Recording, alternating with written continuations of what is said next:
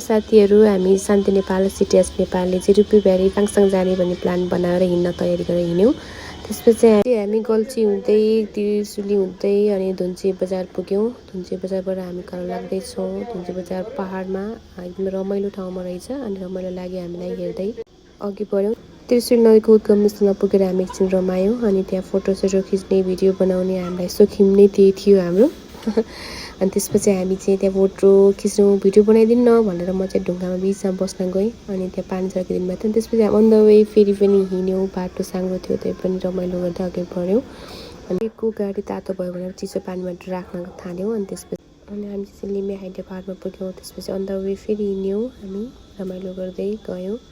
त्यसपछि पाहाडहरूको गाउँ हेर्दै हेर्दै अगाडि बढ्दै गयौँ। रमाइलो पनि थियो रमाइलो गर्दै बाटो सानो थियो तर एकदम जे देख्छ त्यसको फोटो खिच्दै गयौँ। अनि यो चाहिँ बाह्र घुम्ती हामी बसेर फोटो खिच्ने भिडियो बनाउने कामहरू हामी बाह्र घुम्तीमा बसेर गऱ्यौँ। त्यो डाँडा कति धारिलो डाँडा भन्दै गयौँ। अनि त्यस पछाडि फेरि हामी अगाडि बढ्यौँ। रसुवाको एउटा गाउँ हुँदै गाउँको नाम चाहिँ याद गरिनँ त्यसलाई अगाडि हुँदै अघि बढ्यौँ।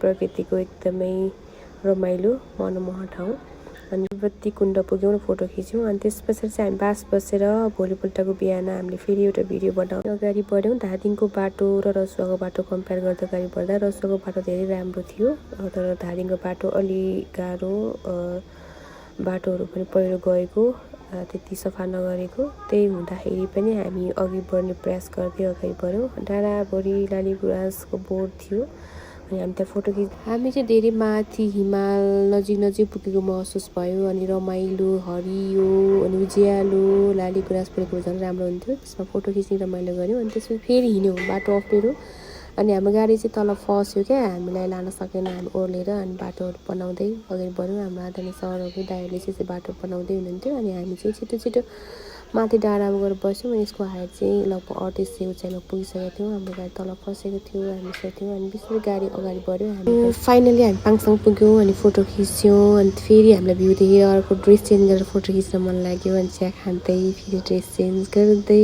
रमाइलो गर्दै उठ्ने सुत्ने साथीसँग फोटो खिच्ने अनि के गरेर त्यहाँ रमाइलो लिन सकिन्छ त्यो गर्न थाल्यौँ। कोही टिकटक बनाउने कोहीले भिडियो बनाउने कोही नाच्ने कोही उफ्रिने कुद्ने लगायत धेरै रमाइलो गऱ्यौँ। त्यो हेर्नलाई एकदमै राम्रो पार्क थियो। अझ हामी लालीगुराँस पुग्ने समयमा पुगेको भए झन् राम्रो देखिन्थ्यो। डाँडै सुन्दर देखिन्थ्यो त्यहाँ पनि कस्तो राम्रो फुलहरू चाहिँ फुलिरहेको थिए तल ग्राउन्ड। त्यसपछि पानी पऱ्यो हामीले फोटोसोटो खिच्न सकेन। हामी चाहिँ तल सेरतुङमा आएर बास पऱ्यौँ। त्यतिमा आएर फोटो खिच्नै पाएनौँ। हामी अनलकी फिल गऱ्यौँ त्यतिखेर। एनिवे त्यसपछि हामी सेफली माथि आयौँ अनि सेरतुङमा बास बस्यौँ। सेरतुङको गाउँ त्यहाँ रमाइलो गर्दै फोटो खिच्यौँ भिडियो बनायौँ अनि झारलाङको झरनामा रमाइलो गर्दै हामी घर फर्क्यौँ।